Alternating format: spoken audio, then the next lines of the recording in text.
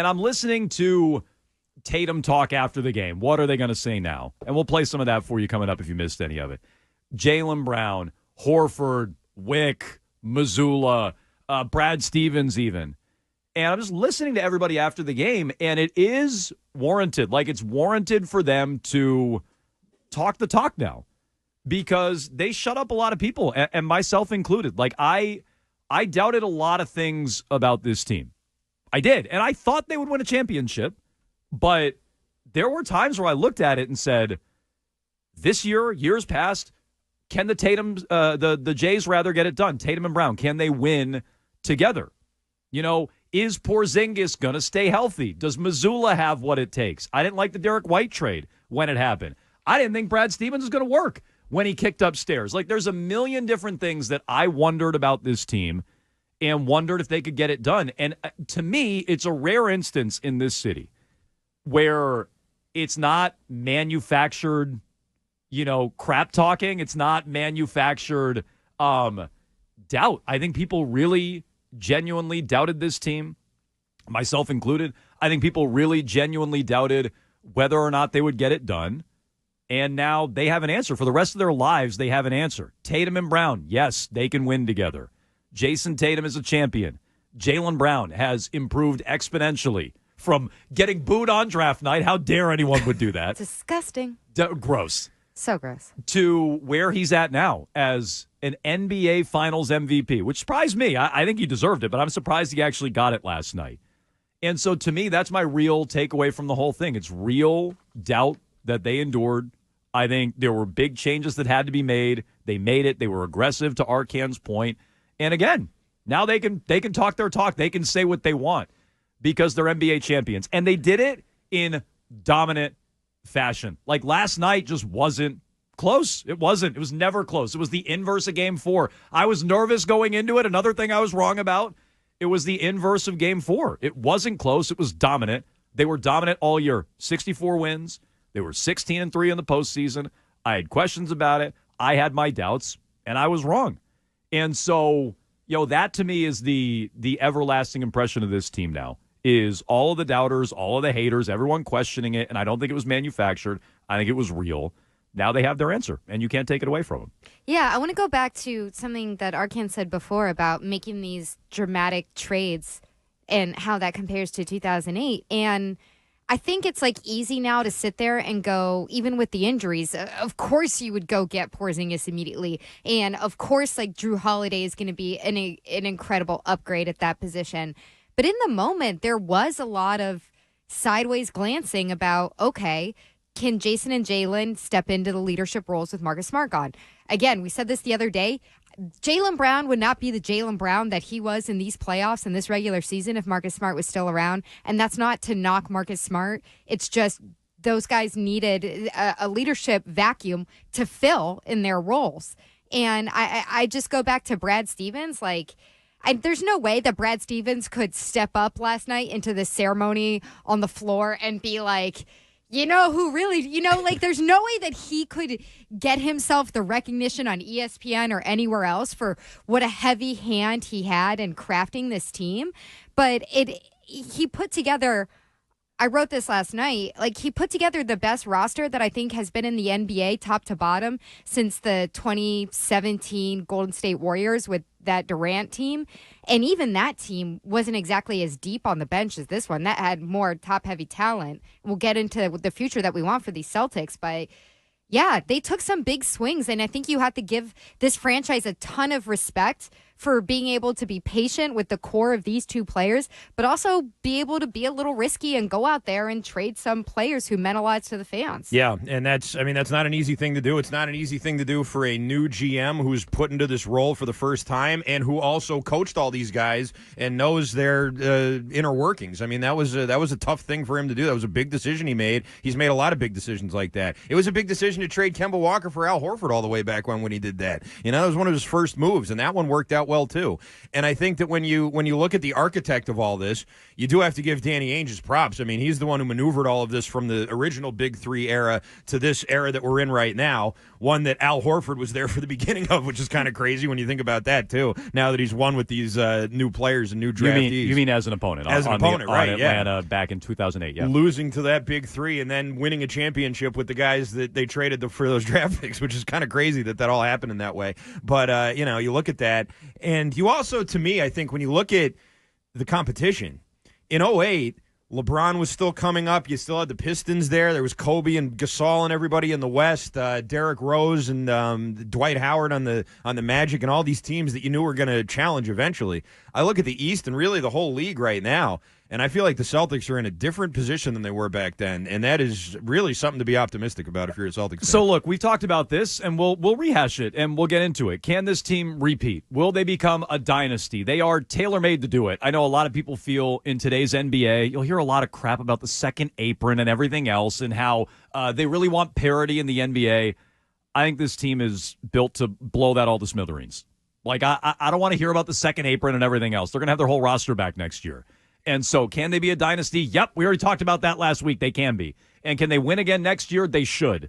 And I don't want to get ahead of that and skip past any of that, but that's on the table for you at 617-779-7937. You want to talk your talk today, Celtics fans? There's space for you to do that throughout the day because, again, for all the doubting and second-guessing and nitpicks and questions that I had, they had the answers. And they did it in dominant fashion last night. So you know how to weigh in, again, on the phones throughout the course of the day. We'll get into Jaylen Brown, MVP, over Jason Tatum. Was he deserving? Should he have won that? What does it mean moving forward? We'll get into Porzingis, the toughness that he showed. Derek White smashing his teeth on the court last night. All of that throughout the course of the day. But let's get into our big question of the day. It's up now. At Jones and Mego, who are you happiest for now that they've raised this banner? And our options for you, and we'll hear whatever you want to weigh in with. Tatum, Brown, Horford, Mazzulla. Mego, how'd you vote? I voted Jason Tatum. I thought that at first he seemed really relieved just to finally get this championship. It's something that he seems to be, I believe this, ultra focused on over the last 2 years and probably had as a goal since at least 2019 when Kyrie Irving was still on the team. When you don't win a championship, even if you have a regular season MVP, and I know he didn't get the finals MVP last night and he still doesn't have the regular season MVP, but when you get the regular season MVP and you don't have a championship, you're just talked about in a different tier of player. It's a different level of greatness. You have to have a championship to be an all-time great. Otherwise, like maybe Joel Embiid will be in this different category. James Harden is in this different category. Russell Westbrook, Karl Malone, like these are guys who you look at and they're not up there with the all-time greatest of greats. They're elite guys. But for you to be up there with the Jordans, the LeBrons, the Kevin Durants, the Steph Currys, this is the first thing that you have to do, or the final thing for some guys who get MVPs before. And I do think it's the hardest thing. And so I'm looking forward to his future. And I'd also have to say, like, I'm a sucker. I felt a little emotional. The whole moment with Deuce, let me say this, Jones. Oh, God. Let me say this. Deuce has been preparing his entire life, staying up past his bedtime in order to have that celebration with Daddy. And so I was maybe a victim of the moment, but got a little dusty around there. I was not moved by that moment, but if you were, go ahead. Arcand, how'd you vote? I voted for Jaylen Brown, and I think that Al Horford, I just looked, he's winning this thing by a lot, and I do feel good for Al Horford, but Al Horford was a role player on this team, and for the better part of the second half of his career here, he was more of a star early on, and even early on with the Celtics. But in this second go round now, he's more of a role player. He plays his role very well, and I'm happy that he won a championship. But for me, it's Jaylen Brown because Jason Tatum, Al Horford, and even Mazzulla to an extent haven't gone through the same amount of scrutiny that Jaylen Brown has. I just feel like it always has been trade Jaylen Brown, or why isn't Jaylen Brown good enough? Is this team going to work with Jaylen Brown? And it's never been about, well, should you move on from Jason Tatum? He was always the one that fell to from the very beginning. I mean, even when he was first drafted and was booed on draft night by terrible people. Bad people. Just disgusting. Yeah. Degenerates. But, it sort of got off on the wrong foot with him, and he's had to prove himself over and over again. And I know that it's still not necessarily considered his team, but winning the Eastern Conference Finals MVP, and then the Finals MVP, which we can debate how much he really even deserved it when you look at the numbers and how that last game went. But the fact that he was given those honors, I think, is huge for him and has to be a load off of his mind. The same kind of pressure that Tatum, I don't think, had. The same kind of scrutiny, I'm not sure that he had from the very beginning. And Al Horford, everybody likes him, and I feel like Mazzulla is going to be fine. Jaylen Brown is my vote. Okay. Jaylen is, I believe, the 6th Finals MVP. Havlicek, White, Max, Bird, Paul Pierce. He's the 6th, and Bird had 2 in 84 and 86. It wasn't introduced until 1969, so there was no Russell, no Kuzi, anybody like that. But he wrapped up the Finals MVP on the heels of the Eastern Conference MVP. As you said, Al Horford's running away with it. He's a great option. You know, he's a guy who I've come to appreciate more when he was a high-paid player, the highest-paid player on the team, the guy who was built in to turn it around. I didn't think he was a winning player, and I thought he was overrated. I didn't think he was worth his contract. The more he's turned into a role player, I never thought they needed Porzingis to win because I thought he was good enough as their 5th starter. So I think he's very justified in running away with that poll question. I voted with Mego, though. I voted for Tatum. And listen to some of this after the game. Okay, I want to play you a couple of clips. When I talk about people talking their talk, here's Tatum on the floor. This is Lisa Salters' wick. That's who this is. That's the sideline reporter at ESPN, Lisa Salters. Here's the one-on-one with Tatum immediately after they raise the championship trophy. Jason, just what's it feel like to finally be a champion? Oh my God. It's a surreal feeling. We did it. We did it! Oh my God, we did it. So much emotion. We saw you feeling it all when you came out of the game. Just can you try to describe just what you were feeling?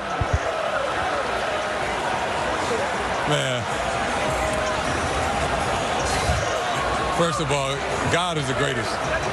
Not because we won, but to put me in positions to that helps maximize my God-given ability to surround me with these guys, my family. This is an incredible feeling. I'm lost for words. I'm sorry.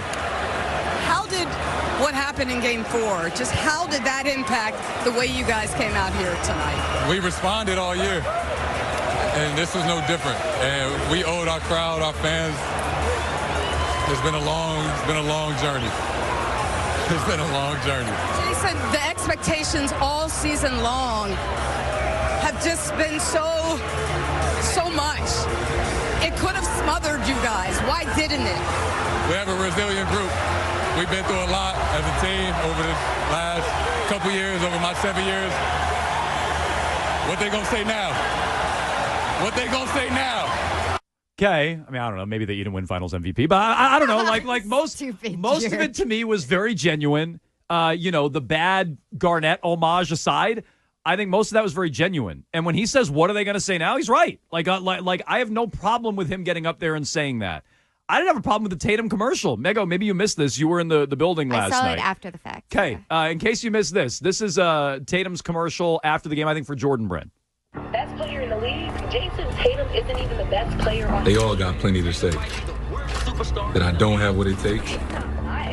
That I'm not it. That I can't lead. Can't close. Split up the Jays. Can't win it all.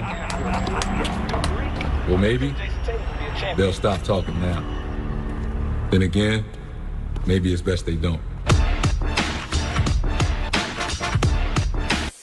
So, I don't have any problem Congrats, with it. Mego, making a No commercial. one contacted me for any likeness rights. Yeah, cease and desist. But so people all over the state are going, why is Karen reading this commercial? And so when it comes... I'm not it.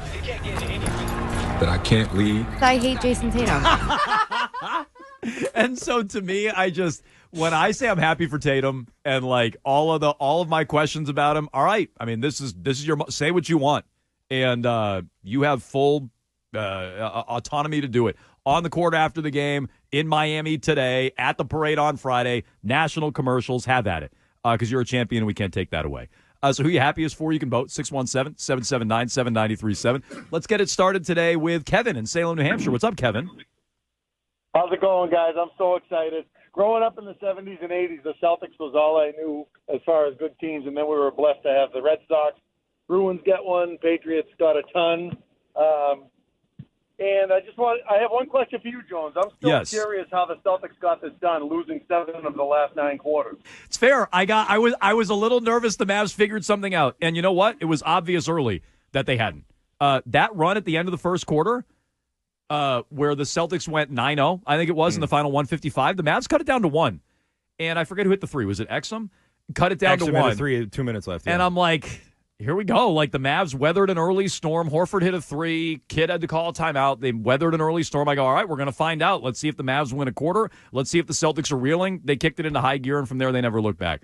So I lost it a little bit. I got a little nervous going into that game last night. And it's added to the list of things I was wrong about with this team. You can weigh in, 617-779-7937. Our big question of the day, who are you happiest for? Now that the Celtics have a championship, now that Tatum and Brown have won together, Joe Mazzulla has silenced the critics. Al Horford is no longer on a list with Karl Malone and John Stockton. You can vote there. We'll also get into Jaylen Brown. Was he deserving of MVP? Should Jason Tatum have won?